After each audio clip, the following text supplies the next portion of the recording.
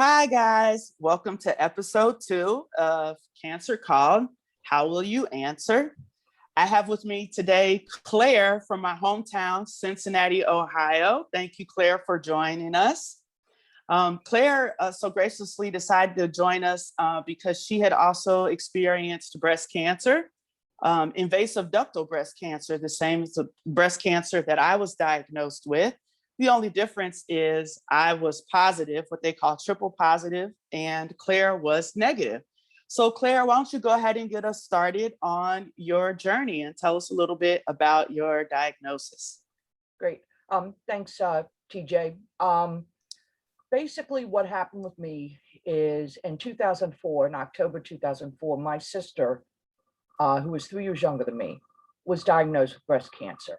Wow. And so I had a mammogram scheduled for like 6 months out or so. And I said, maybe I ought to bump that up a little bit because, it made me think. And so I went in to get the mammogram. I believe it was November, December, right in that time frame.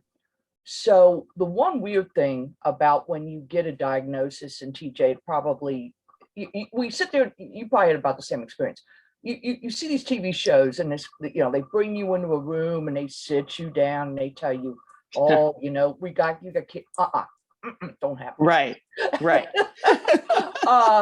Basically, I got the mammogram, and by the next day, I came home from work, and it was like 5:15, 5:30, and there were 2 voicemails on my machine. One was the imaging place. The other was the doctor. And they both said, look, we just saw something. We saw a mass. It could be anything. We don't know. So they left this on the voicemail. Right. Call us. Okay. Well, basically, it was call us right away. We saw something. I'm sorry, we saw something on the mammogram. Yeah, freaking me out. Yep. And by the way, TJ, it was 5:15 when I got this. So guess what? No one's in. Yeah, you're not calling. Friday. Oh, gosh. Yeah. So Monday I called, and they wanted me to come in to see a breast surgeon. So I did. They could tell it was solid, pretty much. They had done, at that point, a oh God, what is it? An ultrasound. They could tell it was a solid mass. It was liquid. So she sat there and she says, well, it doesn't really look like a cancerous mass.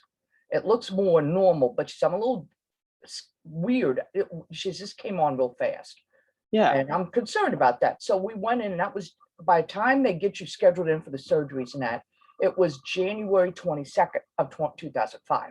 So we went to the surgery center. It wasn't a hospital. And Fred went with me. And they went in because they were going to remove it right away. And then they sliced it and they diagnosed whether it's cancerous or not right there and then.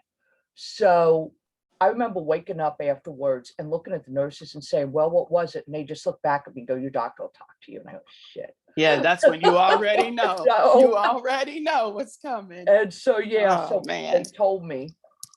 And really, I think the first thing I felt was I was just shocked. Well, part of me, TJ, I don't know about you, but I kind of I kept telling everybody, because people knew I was going in, it's not going to be a big deal. It's going to be okay. But in the back of my mind, I never believed that. You already knew. You felt it, right? Yeah. I felt it too. I knew. I was like, I don't care what y'all tell me. If they could pull me in that room that many times, something ain't right. Right. Yeah. So we came home, and Fred had bought me one thing I love. There's a type of candy I love. And they're like gummy candies, and Mexican hats. If you've ever seen them, they're little like gummy hats, and they just call them Mexican hats. All the way home in the car, I'm eating these things. I mean, I think I went through the whole bag, and it was a good sized bag. Your nerves. Yeah. So that weekend, I was supposed to book a cruise with my sister. We were going to cruise up the New England coast, and I couldn't do it. I mean, I couldn't call the agent. She was leaving me all these voicemails. Claire, if you really want to book this, the prices could go up anytime. And she was doing her due diligence. Right. Finally, I called her back on Monday. I think it was Monday. And I told her, I said, I'm so sorry, but I can't go. And this is why. And she was just shocked. She worked at Anthem with me. And a real good friend of hers worked in my department with me. I was in the RFP unit, the medical side. So I used to be on it. I was in pharmacy when this happened. Well, all of a sudden, I decided to go over to Anthem because it's starting to spread like wildfire all over. Everybody knows. So I go over, Yeah. and Sharon, who was a friend of the travel agent, was just crying at her desk. And it's like, honey, it's not. I'm gonna be. It's gonna be okay. It's gonna be okay. Right. And what happened though was because I was very young. I was about late 40s. My sister Oh, was okay. just diagnosed, right? And she had breast cancer too? Mm-hmm. Wow. Just Wow. like 3 months, and the doctor said something's going on here. You guys.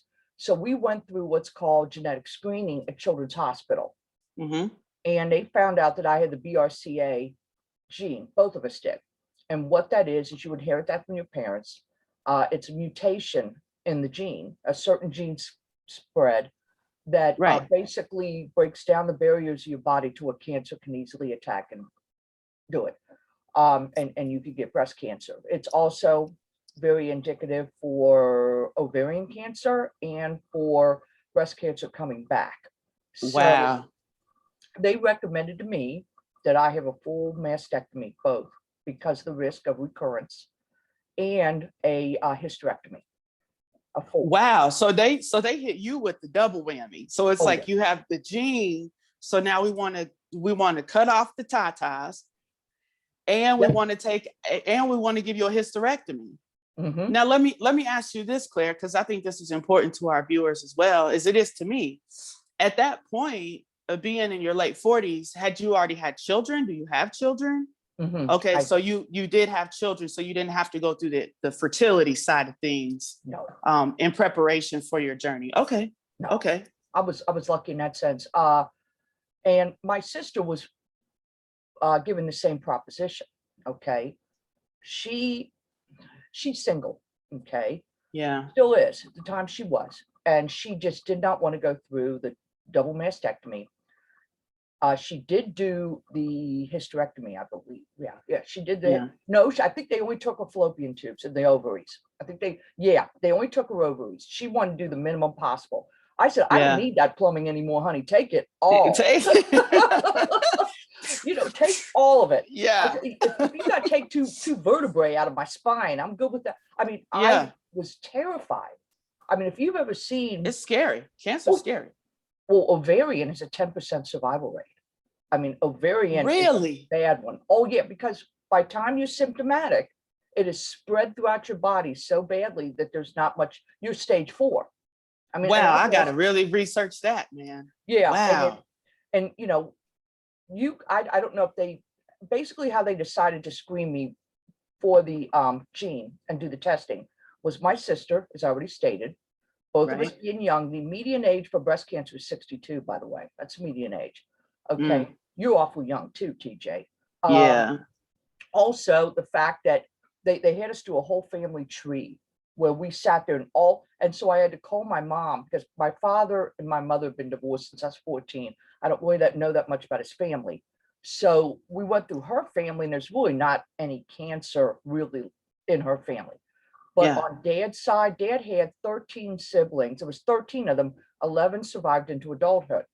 Of those, 2 sisters died of breast cancer. 1 died of ovarian cancer. A couple brothers had colon cancer. I mean, there was cancer. It's just running all up through the family at this point. So they said, before this point, geez. The testing was over $3,000. So they don't recommend it. Plus, they don't like to do it for just anyone. So when they did the tree, they said, look, you're a candidate. So luckily, Anthem at that time. I was going to say, did the insurance pay for it? Yep. Yes, barely. Basically, they had just changed within the past couple of years to pay for genetic testing. Yes. So I went first and put my blood. They did a blood test to do this. And then when they saw that I had it, my sister Kathy, whose insurance would not pay for it, basically was able to piggyback off my report because a big part of the expense is locating the gene. Okay. They knew where it was then. So hers was only like $500 and she wrote a check. Yeah.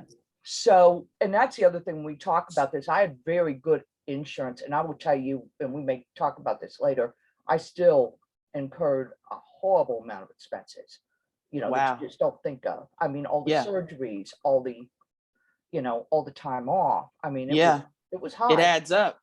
Oh yeah. So basically when they determined that I had BRCA and she had BRCA, that's what they recommended. And I told them to do it all. So they did the chemo part. My doctor is one of the best in the city of Cincinnati. You ever ask Yeah. anyone about Bob Cody, Dr. Cody? They Shout say, out "Oh, Dr. Cody. yeah, everybody loves Doc Cody." So his treatments, he said, made survivability about 96%, 92.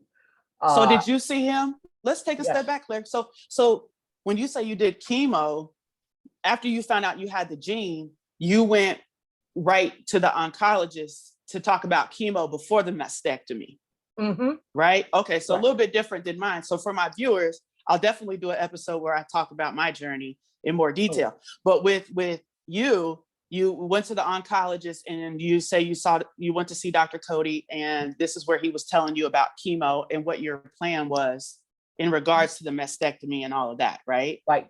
Right. Okay, just making sure I'm clear. Okay, Hey, yeah. And because I know I talk fast and all that, it's but okay. so we go in and he does it every 2 weeks versus every 3, which is what some of them do at Okay. the time. And so he set me up for the chemo. I still remember, was sitting in his office. It's me, Fred and I, first visit. And he spends a lot of time with first visits and he doesn't turn any patients away. So you will have wait sometimes if you're waiting to see him. But anyway, he's got this whole big chart out there. This is what breast cancer looks like in the breast. This is what we do. And he walks through it. And I'm fascinated because the one thing about me is I always love the clinical. That's how I dealt with it. We all emotionally deal with this differently. Differently, yep. Is I looked at it very clinically. I would go, oh, why do you say 96%? And oh, what's this? And I mean, that's how I processed it. I looked over and there's Fred sitting next to me and he's got this look of, Yeah, it's going on. I This think is the too much. one thing, and you'll start seeing this, TJ, if you haven't already, is we are so wrapped up. At least I was, in what I was going through. I never thought for a long time about how it was affecting him and how it was affecting my family, because they put on a brave front and they just, but I heard later, and that's another story, Yeah. from people who knew him and, my kids, who were both adults, by the way. My children were both, my son lives in Pennsylvania. My daughter lives here locally in Cincinnati. So, it was still very hard for them. My grandson, who was around, thank God, was very small. So he kind of saw things, but he didn't really process it. But anyway, so we go and I might have to do an episode on that, Claire. yeah, I mean, on the caregivers, Yeah. yeah, Yeah, how they deal with it. So I'll definitely pull you in when we get that going. great, and Yeah. would love to. But anyway, so he sets me up with the chemo, and Yep. I don't know if you had the same thing, TJ. I had something called, I always called, I can't remember the name of it. One was Cytoxin, and I called it the Red Devil. Was it the Taxol? The Taxol, yeah, and Cytoxin, I think. What did you get? The Red Devil, the red syringe? I didn't get red. I do see people in the infusion chairs with red, but I didn't get the red one. So you had the red one. I had that, and I had the main chemo drug in the bag. Yeah. And by the way, before I took chemo, they had insert a port. Yep. I got port. Yep. Mm-hmm. I got to tell you a funny story. Me and my sister are going to do a book one day, things stuff people say to you. Yeah. Yeah. So I go into Christ Hospital and I'm getting ready. It's outpatient surgery. And the nurse is saying, well, if I was you, I would never, don't come back here and take this port out. Keep it in. Because when your cancer comes back, you're going to need it. Yeah. And I kind of look at it like pause. Seriously? Seriously. A nurse. Okay, shout out to the nurses. I'm going to need you to take a note from that and remember bedside manner, would you? Jeez. And it was funny. And I just looked at her, and Wow. the first thing I thought of was, I was always very confident I would beat this. I was never really scared. That's another thing that's weird. I was never scared, really. Were you ever scared, TJ? Really scared? I was scared because of my experience with my friend that I lost to cancer. Oh, And when I found out that it was in a lymph node, I got really scared because I was like, it's going to go all through my body and I'm going to die. Like, that's all I could see. And they were like, chill it out. Not necessarily. We've come a long way in 20 years. And I'm like, oh, okay. So I kind of calmed down. But yeah, I was definitely scared when I heard about the lymph node. But I like your attitude. So that's definitely how you answered. yeah. I just like, it's not coming back. Why did you say that to me? Yeah. And she goes, oh, I'm sorry. And she did apologize. She goes, you know something? She says, all I see are the bad ones. I don't see the people who are cured and they go on to marry life because they never come back to Christ. She's all I see is bad ones. And sometimes I think my experiences taint that. And she was sincerely sorry. And so I was fine with that. You're dealing with humans. And humans do things. Enough said. So anyway, they wheel me in the operating room. And this is why I found out that they play really loud music when they're operating on you. Because I was in twilight. You ever been in twilight sleep when they put Okay, you're in and out. So they're putting in the port. And I remember being bored out of my senses by this nurse going on about her grandson's just so awesome. He plays soccer and he's the best on the team. It's like, Jesus, your kid's a punk. I mean, this is me. Well, then they stop for a minute. The surgeon goes, did you see that? That's weird, isn't it? And then the other one looks, yeah. And all of a sudden, I'm sitting there, I go, hello, I'm here. What's going on? Because I'm half awake. Right. And there's silence, not a word. And I said, is something wrong? And they go, no, it's just the where this one thing is, or vein. It's fine. It's fine. Everything's fine, Claire. And I go, I just want y'all to remember there's a human under this tarp, Wow. I'm surprised you're even awake for that. I was knocked out. I was just, to me, I was scared when I heard that. Yeah. But when they told me it was no big deal, and I believed them, and because basically you have this tarp over your head when they do it, and so this part, you know how it goes. It's covered. Yeah. Yeah. So that was that part of it. And so after I got the port, that's when they signed me up for the chemo, and they did the I think it's Cytoxin and then the Red Devil, and basically they hang a bag, and you go through that. Okay. They also give you something called Ativan, which is supposed to like mellow you out. It never. I've heard of that. Yeah. Yeah. I didn't really use Ativan until, well, I did, but I never really felt it until the second. I did 2 rounds of chemo, 2 different ones. Okay. So you only had 2 total rounds? Yeah. Okay. Basically, that's some strong stuff then. Oh yeah. Well, the second one was basically steroids. They had to really watch for allergic reactions. Yeah. So like when they first hit you, they watched you real closely. And really, if you had one, they were on it. It was fine. I never did. But the first one was that Cytoxin and what I call the Red Devil. So they hang the bag, and then you've got, the line, right? So they open the line and they get this syringe like this and about this wide, full of red stuff. They have you pack your cheeks with ice, because they want to keep it out of your gums and your teeth. Yeah, this is what they're injecting into you. And so I know my viewers are probably like, shut your mouth, but I never saw that in the infusion room. So this is new for me. And this was, how many years ago? I'm sure they've changed a lot. But anyway, you could either do a popsicle or that, but the ice worked better. So they pack my cheeks all with ice. They give you a cup, and you just keep shoving it in, and they push the Cytox, the Red Devil through. And then that's the stuff that really makes you sick, is what I was told. Then they told me, drink a lot of water. And I would bring things like this of water. I don't know if you did that. Yeah. Too. And they give us water. Mm-hmm. And they said, pee and flush right away, because you'll pee red, and you better flush right away, because this stuff leaves the porcelain on the toilet. And I go, you injecting this into me? Oh my gosh.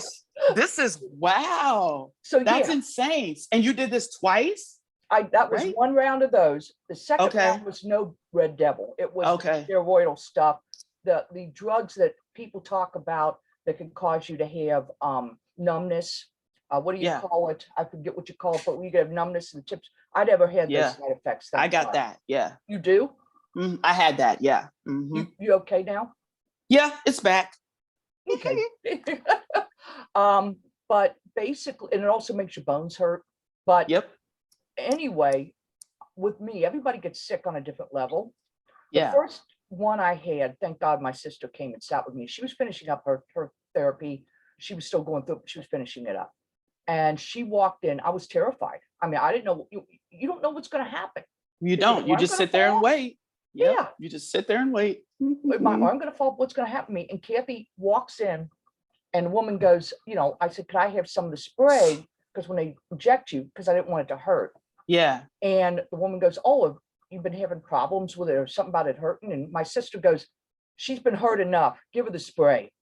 And it was like, Yeah. but I will tell you, there are no bigger angels. I was making fun of that one nurse at Christ and the doctor, but there are no better angels on this earth than oncology nurses. I'm going to tell you that right now, guys. I agree. Seriously. Shout out to my nurses. They watch these episodes too. So shout out to my oncology nurses. Yeah. You guys, you're it. I mean, when they confirmed, and I'm gonna basically one time they had to give me bad news when I was in the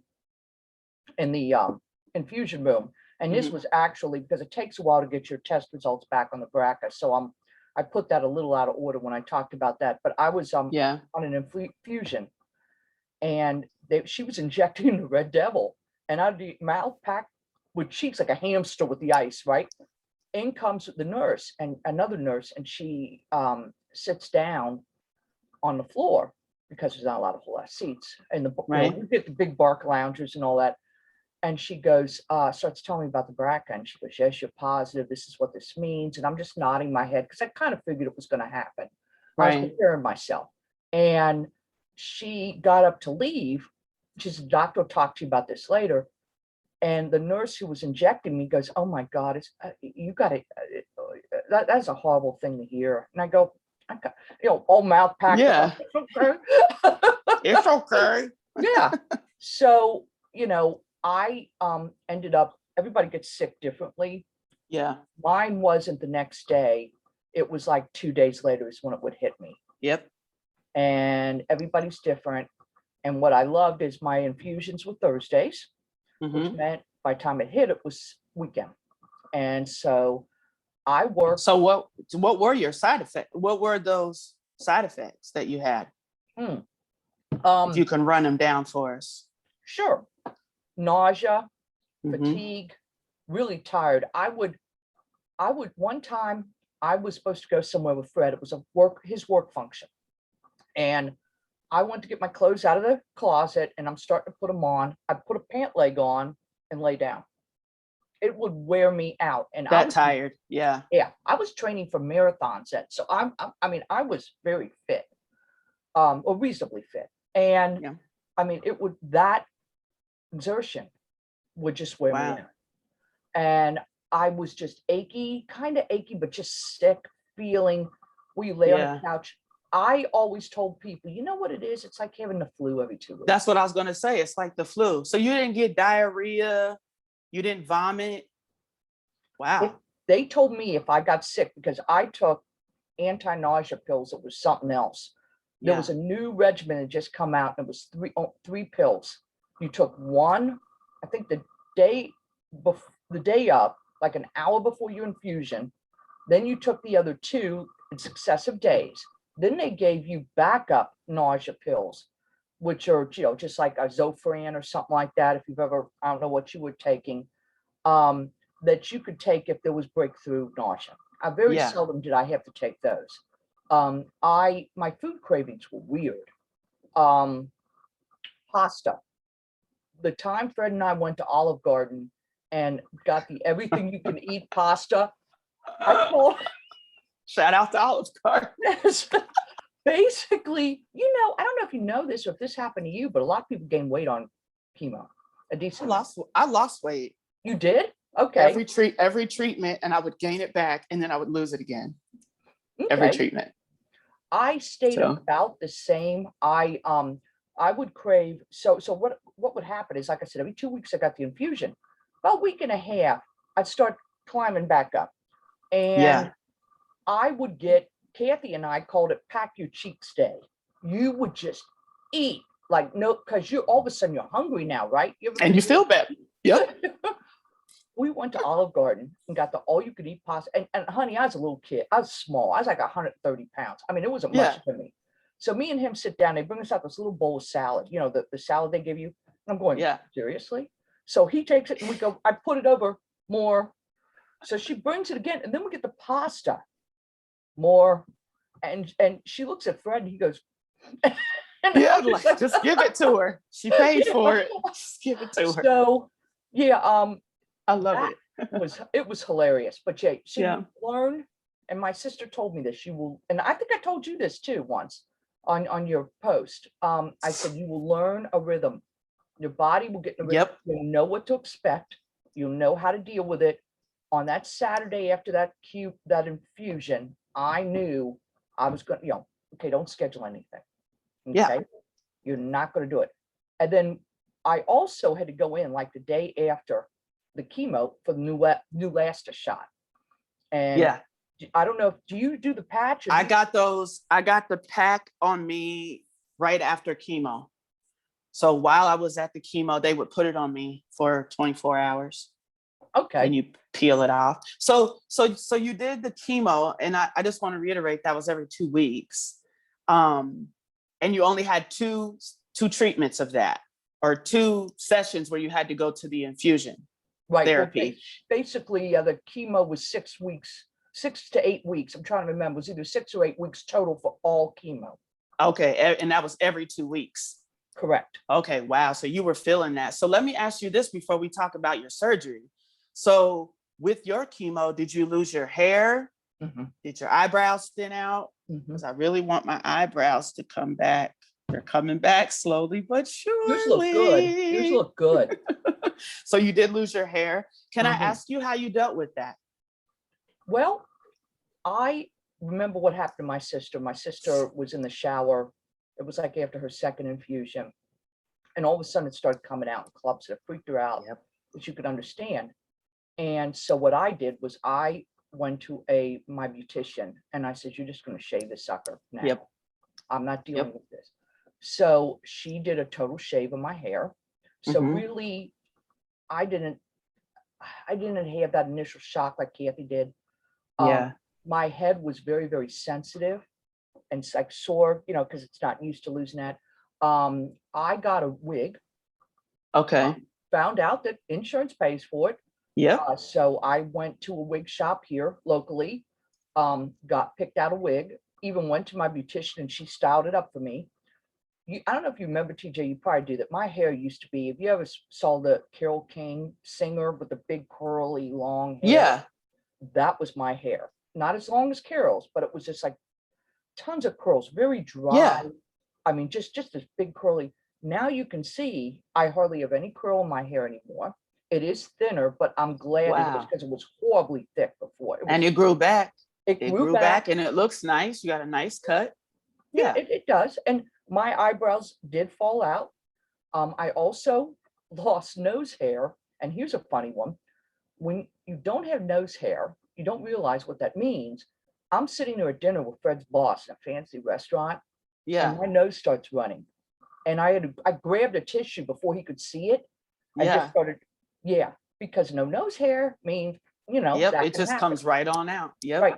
No armpit hair, no leg hair, lost all of that. Everything. I mean, yeah. The JJ hair, everything. Yeah. Everything. And, Yeah. It was when it started growing back, that was, it's actually started growing back before I was even totally done. Because, I guess they ramp you down a little bit. Yeah. So towards the end, it was starting to grow back. The other thing is, though, I don't know about you, but that little turban you got on. Yeah. I had to wear something like that to bed every night because your head gets really cold. This was warm. I take these to bed and I put them under my pillow. So when I have hot flashes, I take them off. And then when I'm cold, I put it back on. And the life of a chemo patient. yeah, and speaking of hot flashes, I was Yeah. getting close to menopause, but not quite there. Mhm. It totally threw me into menopause. Yeah, I'm there now with you. Yep. Yep. Yep. So I definitely know we're definitely going to have an episode on that too. I see you're going to be a repeat visitor Oh because yeah. I'm definitely going to do roundtables where we get multiple women or men. You know, I haven't had any men that want to talk on the show yet, but if you want to talk on the show, men, reach out to me. But we're going to get like a roundtable going, and we're going to, focus on nausea or hair loss or menopause and how we all dealt with that, and give tips on how we can handle that for our viewers. So what I'm hearing though is, you lost your hair and you shaved your hair like I did mine. So you were able to manage that and deal with that emotion, and looks like you just took it head on, literally, no pun intended. That you knew it had to be done and you got it done. So let me ask you, after your chemo, I'm guessing, because I definitely want to get this in, you had the double mastectomy, sorry. And you had to make that decision to do it because it was only on one breast, right? So did they recommend that you did both, or did you just decide you wanted both done? You do it with the gene, you do it in both, because the gene gave, without the mastectomy, there was about an 65-70% chance of it coming back. So wow, that's high. it was, Claire. yeah. And I said, we're not doing this again. One of the things about my journey is, and why I approach things the way that I did, is I felt that a lot of through the process that I didn't have much choice. Mm-hmm. I'm being forced into doing this, and it's disrupting my life, and it's right. My doctor, my PCP told me, he goes, Claire, you're always going to look at life as AC and BC. BC before cancer, AC after cancer. I don't necessarily do it that way, but he's right in a lot of ways. So what I did is I said, I want some power over my life. I'm making this decision and we're going to do it. And so when we did the double, and I remember you talking about your expanders and all that, I went through a total of, I think, because I kind of lost track back and forth, 9 surgeries over 2 years. And the reason I had a lot of them was because my skin kept getting infected on one side of me. I did get that. Breast. You did? Yeah, I got MRSA. Yeah. So okay. Oh, I didn't get MRSA. It was, mine was just, I mean, when they got me out of the operating room and they told me on the one side that, quote, not look good even now, it was like almost, it was discolored. And they tried all kinds of antibiotics, the plastic surgeon, and she had to take the expander out. And then what they do is you wait so long and you try again. Yep. And the last time it finally took. So I went in for like 3 surgeries or so just for that. And so, yeah, it was, I think, I wish they would have done it a different way, because what caused the infection, I believe, and what they thought they believed, is the chemo. Chemo weakens your skin. Exactly. It weakens everything: your mind, your body, your soul, your spirit. It weakens everything. And with you, you did yours first, I believe. Yeah. Mm-hmm. I think that's the right approach, and that's why I kept thinking, oh, well, TJ going to have a hard time. She's going to be fine. She's doing it first. I think they should have done that with me, but again, my situation was different, and it came out okay. So yeah, when I went through all that, and then you're laid up and you realize how much you need these muscles here and what you can and can't do when you're all stitched up. And I lost, quite a bit of work over those 2 years from all these different surgeries. So it was, it was very disconcerting. When I thought that there was a possibility that they'd never be able to rebuild that side. I was very upset about that. That was what really, and I think, you would think that wouldn't bother us so much, because, you'd be more worried about dying or something. But no, I was, I was It really changes your scared. body. Yeah, it changes your body, but I have to say, Claire, I've known you for many, many years, and back home working with you over the years, and you just have a great spirit. You have a go get it attitude, even when it comes to work. So I can only imagine how you took on cancer. And that's why I want to talk to people like you, because it's important for our viewers, our family, our friends, our supporters to see that just because cancer calls you doesn't mean you give up. No. Right? It's all in how you attack it. It's the mindset that you have to get through it. Because it doesn't dictate how you're going to move on in life. It slows you down. It does slow you down a little bit, but it doesn't dictate how you're going to move on in life. And it's important. It's important that you take on that can-do attitude. I'm going to attack it and I will win and I will beat it. So let me ask you this, Claire, closing out here. Once you went through all of this, the port, the chemo, the surgery, I don't know if you had to have physical therapy, but all these different things that we go through, the hair loss, the wigs. Once you got into remission, how did you come out of the cancer? How did you answer that call in regards to your family and how you view life moving forward? That's a good question. I went through a support group. There was a support group here at the Wellness Center over in Blue Ash that I went to, of other cancer survivors, and we kind of all became friends, and some of us still are.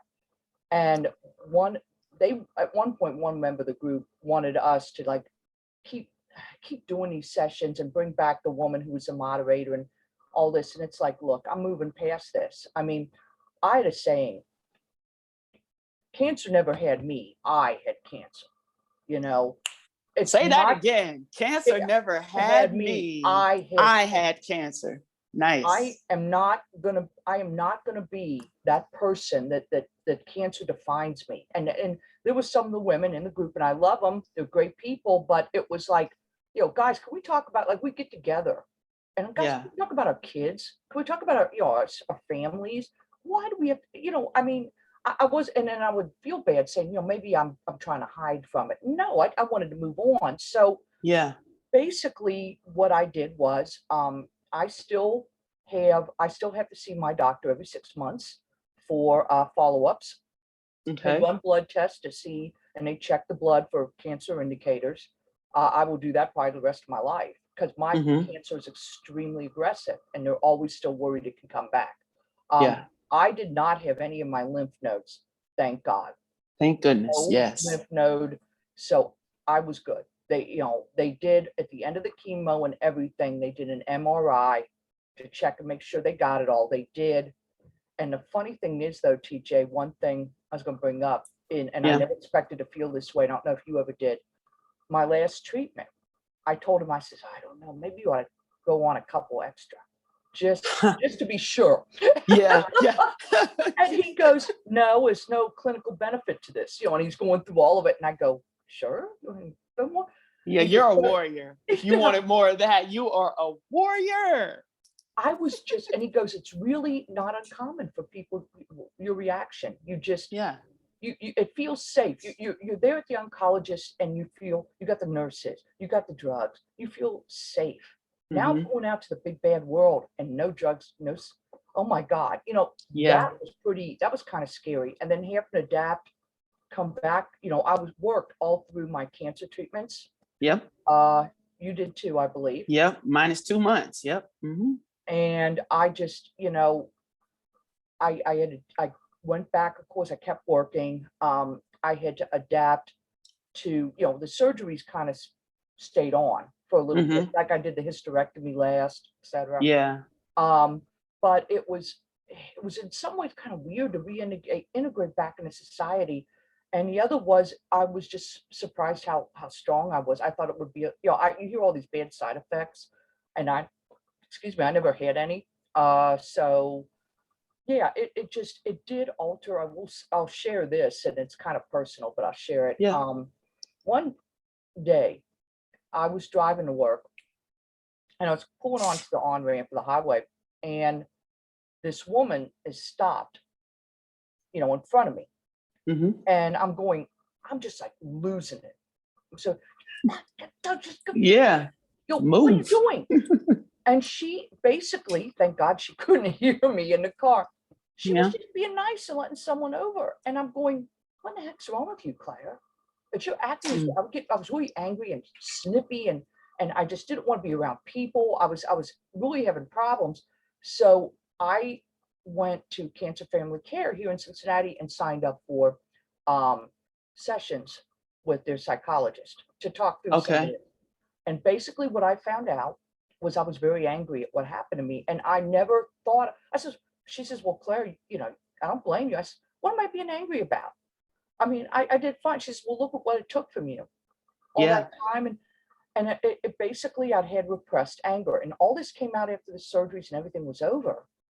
And, you have a right to But you feel handled upset. it. You handled Yeah, it the right way. You went and got a psychologist. Good for you, Claire, because I think a lot of us need that, whether we want to admit it or not. So again, that just shows me how strong you are oh, as a person. And you're my chemo sister now. That's what I call anybody that has chemo with me. Um, yeah, you're my chemo sister now. And I hope that you will, definitely come back, because I think we need to have another session, yeah, so we can talk more about some other things that you've gone through, more specific, like I said, to side effects and things like that. But what a joy to have you meet with me. I can't thank you enough.